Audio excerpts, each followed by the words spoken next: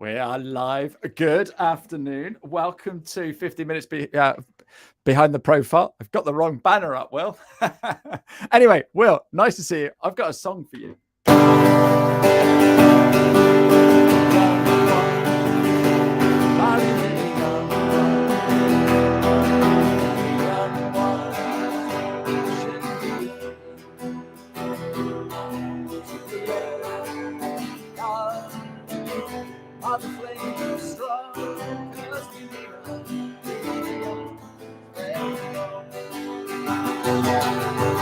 Once in every lifetime, comes to like this. I need you, oh, but darling, can't you see? That's it.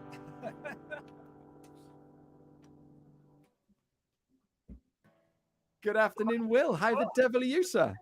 I'm fantastic. What a way to start a show. It's a little bit I'm isn't it? at my age, Ashley, I love to reminisce. And Cliff Richard is one of our heroes even today. So, yeah.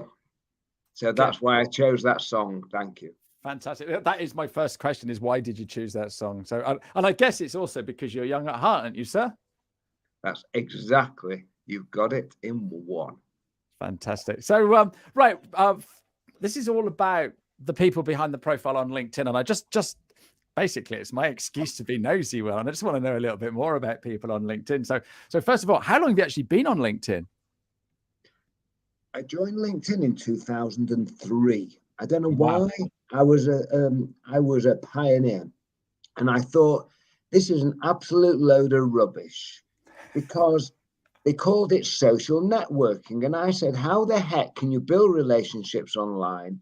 Then took me 7 years, and somebody invited me to LinkedIn. I thought there must be something in this, so I linked in with John. And I noticed that John was linked into Mary, and Mary was head of the leadership development team at a law firm. And I thought, hang on a minute, if I know John and John knows Mary, I can get an introduction to her. And that's what happened.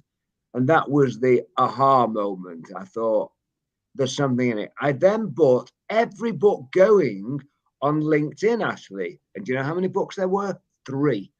Not many. 3 books on LinkedIn. I went away on holiday, read them all, came back and spent £10 and invested in a website. How about this? Called linkedintraining.co.uk. So for the next 5 years, I trained, apart from doing my networking, which we'll talk about in a moment, I spent the next 5 years showing people how to network. And then one day this man came up to me and said, Will, I'd love to own that website. I said, make me an offer. So for the next 5 years, he paid me 12.5% of everything he earned because he bought my website. Now, that wasn't a bad investment for £10, was it? That was fantastic. Look, not many people know this, but you used to be an accountant. So that's really the accountant coming out there, isn't it? Hey, Will. That is a cracking story. I love that. And I can remember you telling me that before. So no, I love that. So what do you like about LinkedIn, Will? I quote a lot of other people, but I do have a number of personal quotes that I've created. And one of them is, strategy for survival is visibility. And that's what I love about it. The fact that I can share my knowledge, the fact that I can introduce one person to another, because if you think about it, that is the word LinkedIn. If you say to me, Will, can you introduce me to Mary Jones? If I know you and I know Mary Jones, that is the beauty of it. And to be able to look at other people's little black books, that is the great benefit of it. Yeah, absolutely. Yeah, this is priceless. This is absolutely priceless. So how often do you post your own content on LinkedIn then, Will? Probably once a week, but sometimes I can be out walking and I think, oh, I like that idea. So it can be twice a week. Okay. But once a week generally. I was on holiday last week and I was talking to somebody about LinkedIn, And he claimed, and you might know this better than me, Ashley, I've been giving advice to people that when you post articles on LinkedIn, A, the most important words are the headline. B, keep it relatively short, 100, 150 words, and C, have an image to support the article. But somebody said that, and this is LinkedIn people saying, have long articles is better. Now, I don't know what. And I said, people haven't got the time to read long articles. So I don't know what the answer is. Okay. So when you say articles, do you mean a post or a proper article? Sorry, posts. Yeah. Okay. Because LinkedIn have a feature called articles. Yeah. Which is for the long post. Now, the post length, I think, used to be something like 1,500 characters. It's now 3,000 characters. So you can really have lots of stuff in it. But I totally agree with you, because if you see a great big load of text and you look at it and you go, oh, I don't want to read that. And literally, I've got this other screen open because I've got my questions on. But just a minute ago, I had LinkedIn open and a couple of messages popped up. And they were great big long bits of text. And I'm thinking, oh, I've got to read those in a minute. And that's the same with a post. And if you think about it, when you pick up a magazine and you flick through a magazine, you're going to stop on the articles that are smaller with more pictures and less words, because it's easy for you to read. There might be a nice interview with some celebrity and when you've got an interview, there's lots and lots of text. And you might, go and read that later, but you'll still flick through and you'll find the little bits of text. And I'm sure that's exactly the same as how people look at LinkedIn posts. I do. I think that the only time you and I would read a long post if we thought this is relevant and is going to add value to our business knowledge. Yeah, absolutely. So it's that sort of thing. So yeah, no, and the picture thing, right? This is interesting. When I speak to people, they turn around to me and say things like, I'm not getting many people engaging on my posts. So, let's have a look. And if every single post is a photo, it turns people off, because that's what Instagram does. And so if I want that, I'll go to Instagram. So the top tip is to mix the type of posts that you do, mix them up. And the text post only tend to do better than photo posts. However, ironically, those that go viral have got a photo with them. So, but I think it's a mixture of stuff, because we don't like all the same thing all the same time.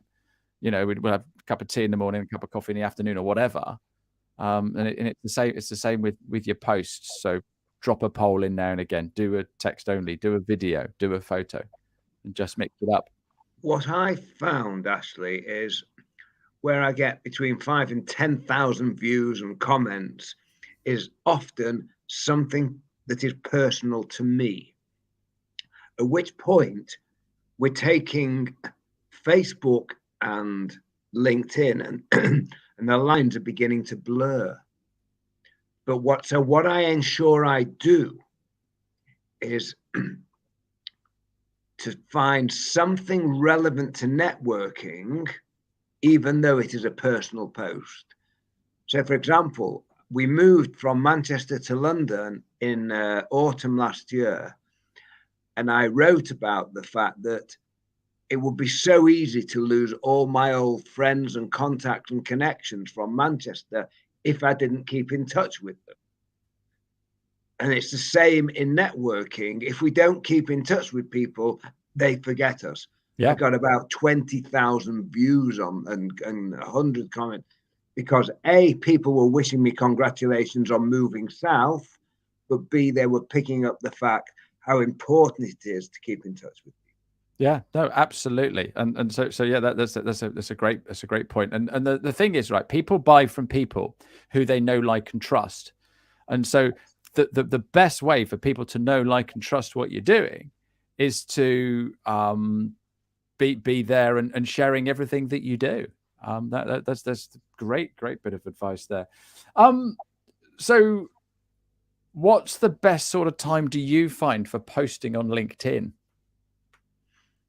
I often post around lunchtime where Okay. people perhaps will stop for a while and start to play, or also maybe late on in the afternoon when they've done their work and they don't want to close down for the day. So for between 4 and 5 UK time.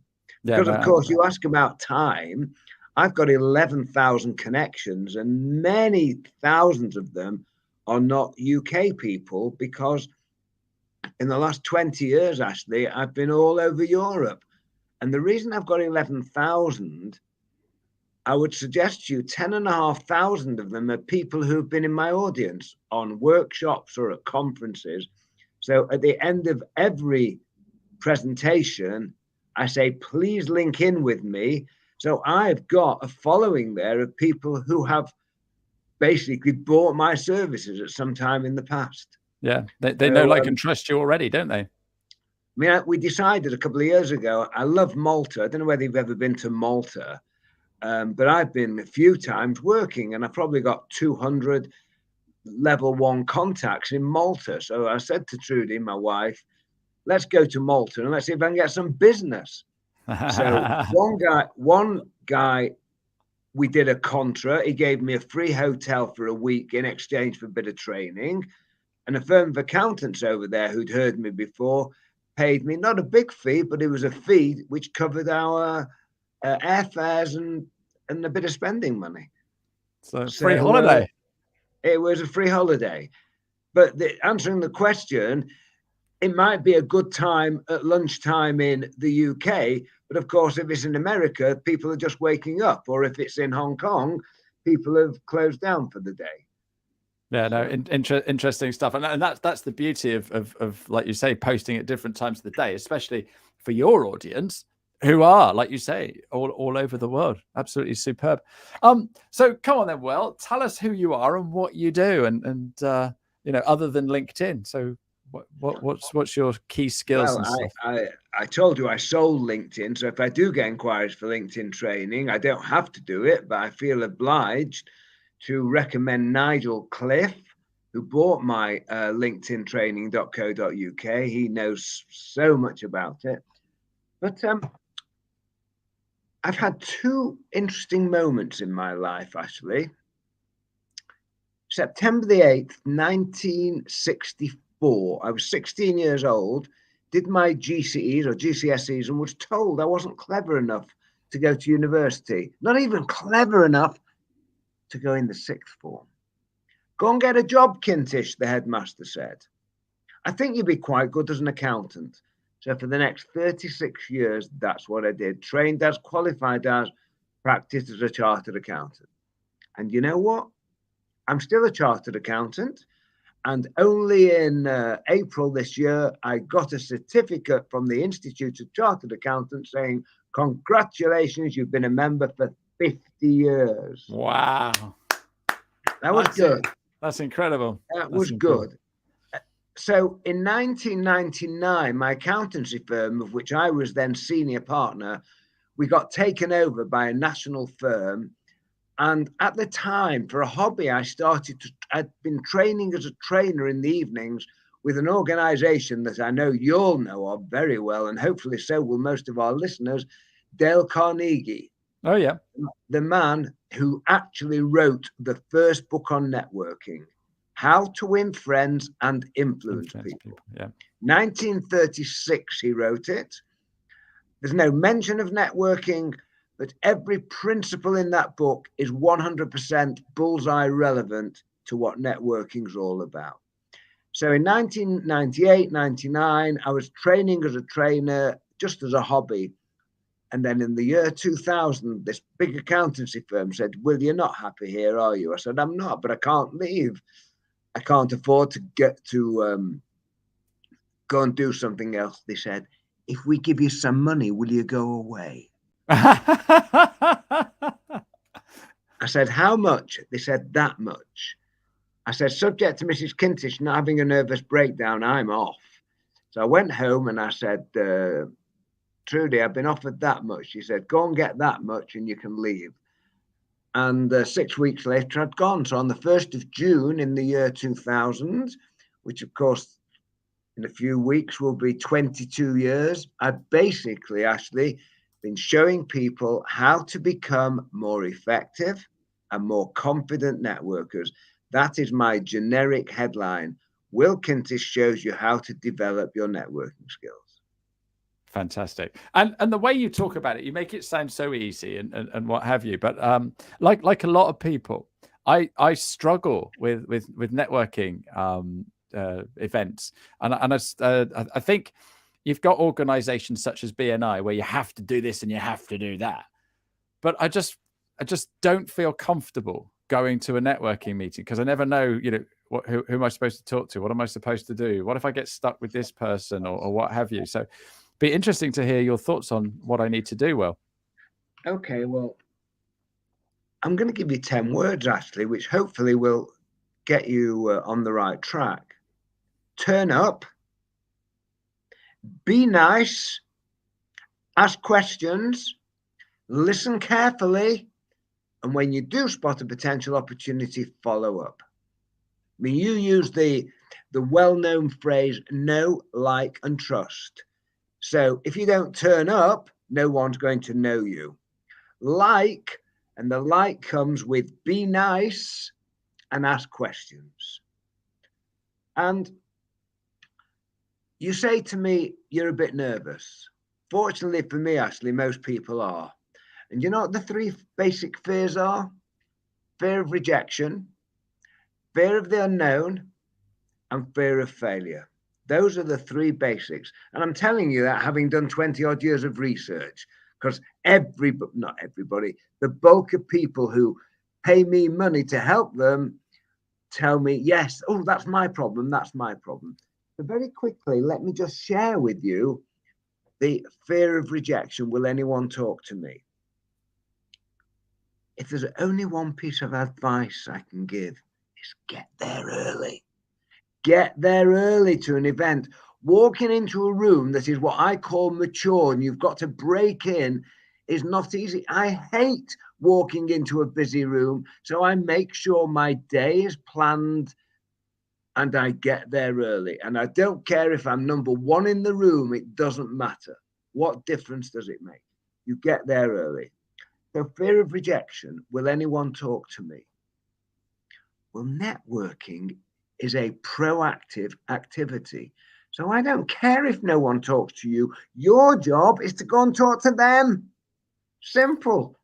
You see somebody standing on their own and you go up to them, you smile, eye contact, and say, oh, hello. May I introduce myself? My name is Ashley Leeds. And they say, oh, and they give their name and you say, and where do you come from today?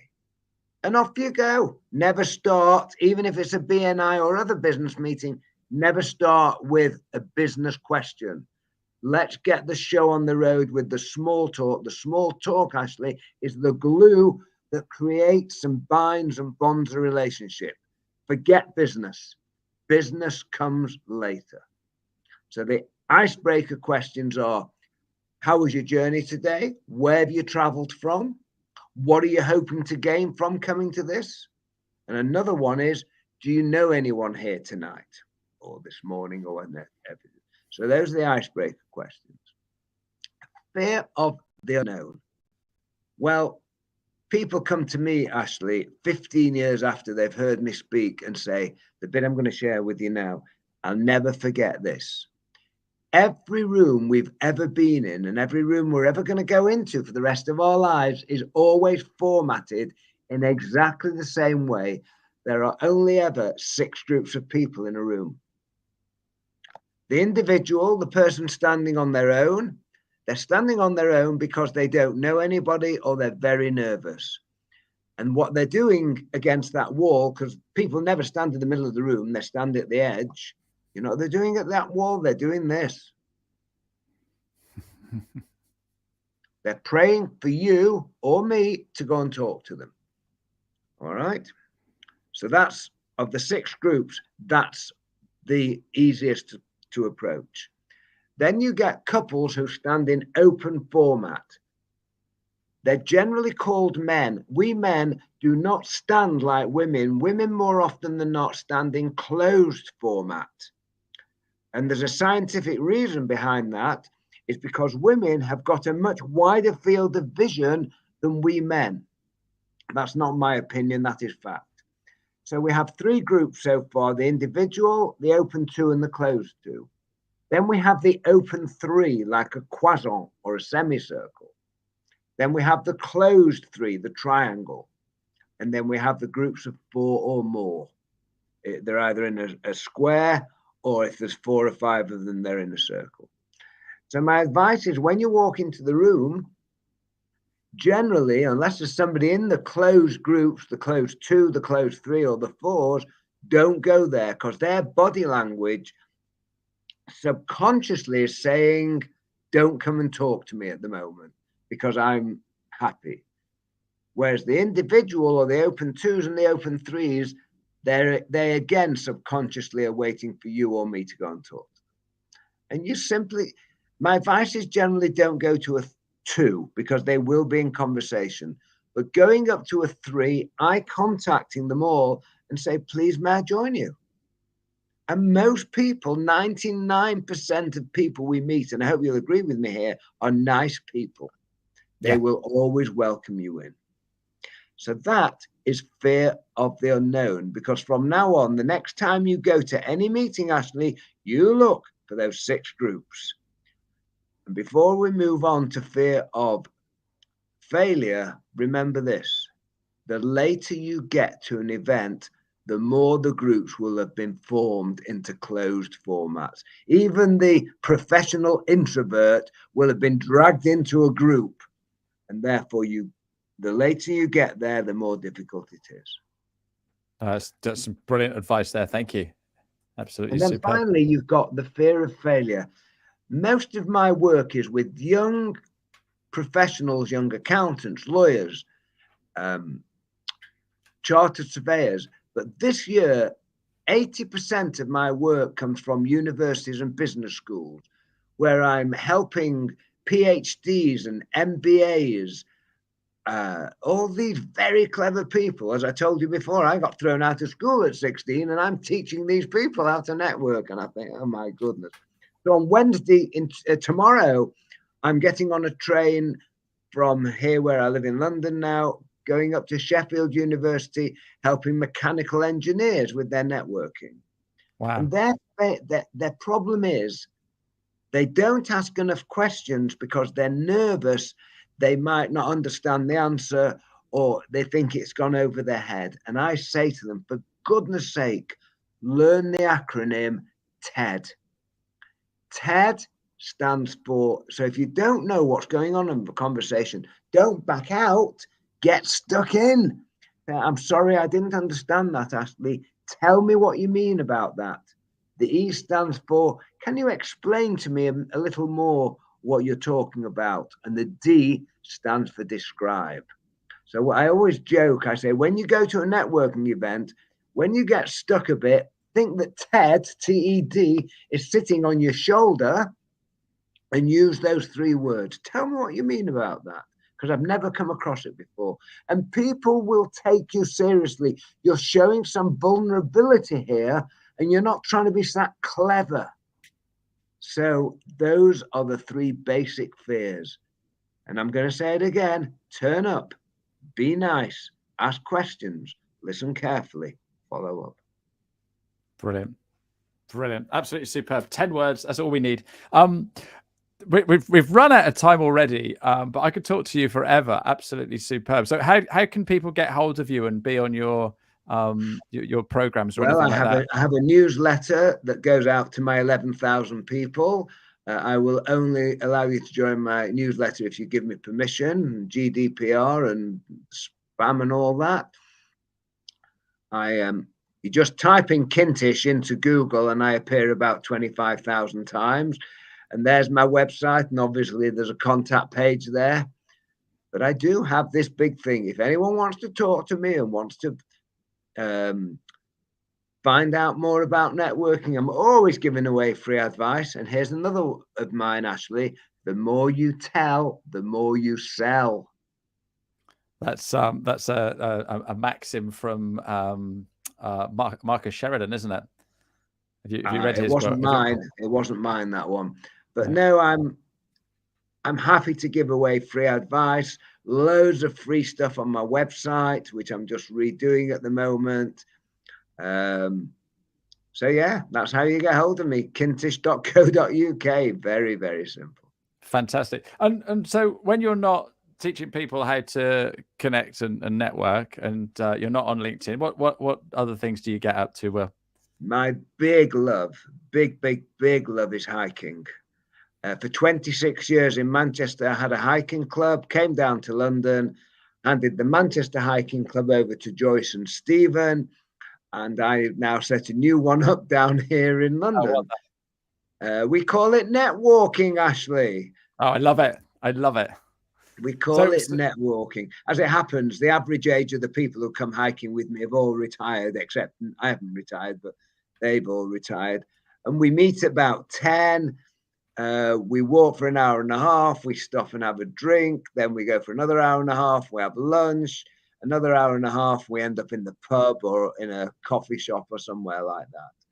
And if anyone's on listening to this and you live in the Hertfordshire, Buckinghamshire area, come and join us. It's called the Heights Walking Group, because I live in a place called Deacon Heights. And the reason I did leave Manchester in October last year was to be with my 3 children, all married, that's 6, and my 7 grandchildren. That's the reason. Nobody in their right minds actually would move from Manchester to London other than to be with their family. I mean, nobody would. I don't know whether you've heard about the price of property down here. It's a bit more expensive than Manchester and probably Devon. So, yes. Yeah, no, absolutely. Absolutely. Superb. You've been a lovely guest, Will. Thank you so much for coming along this week. And I hope that people reach out to you and connect with you. But thank you so much for your time today. Thank you. I want them to link in, but please, I know you, Ashley, will support me here.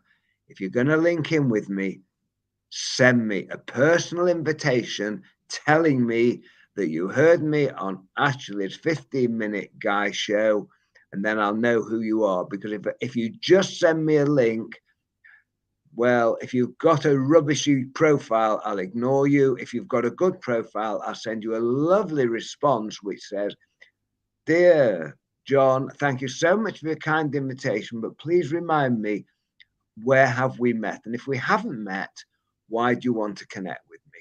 And you know what? 99 times out of 100, I never hear from them again. And what that does, it keeps my network clean of strangers. Okay. Well, you've been absolutely charming. Thank you so much. And I look forward to seeing my next guest next week. All the very best. Cheerio. Bye-bye.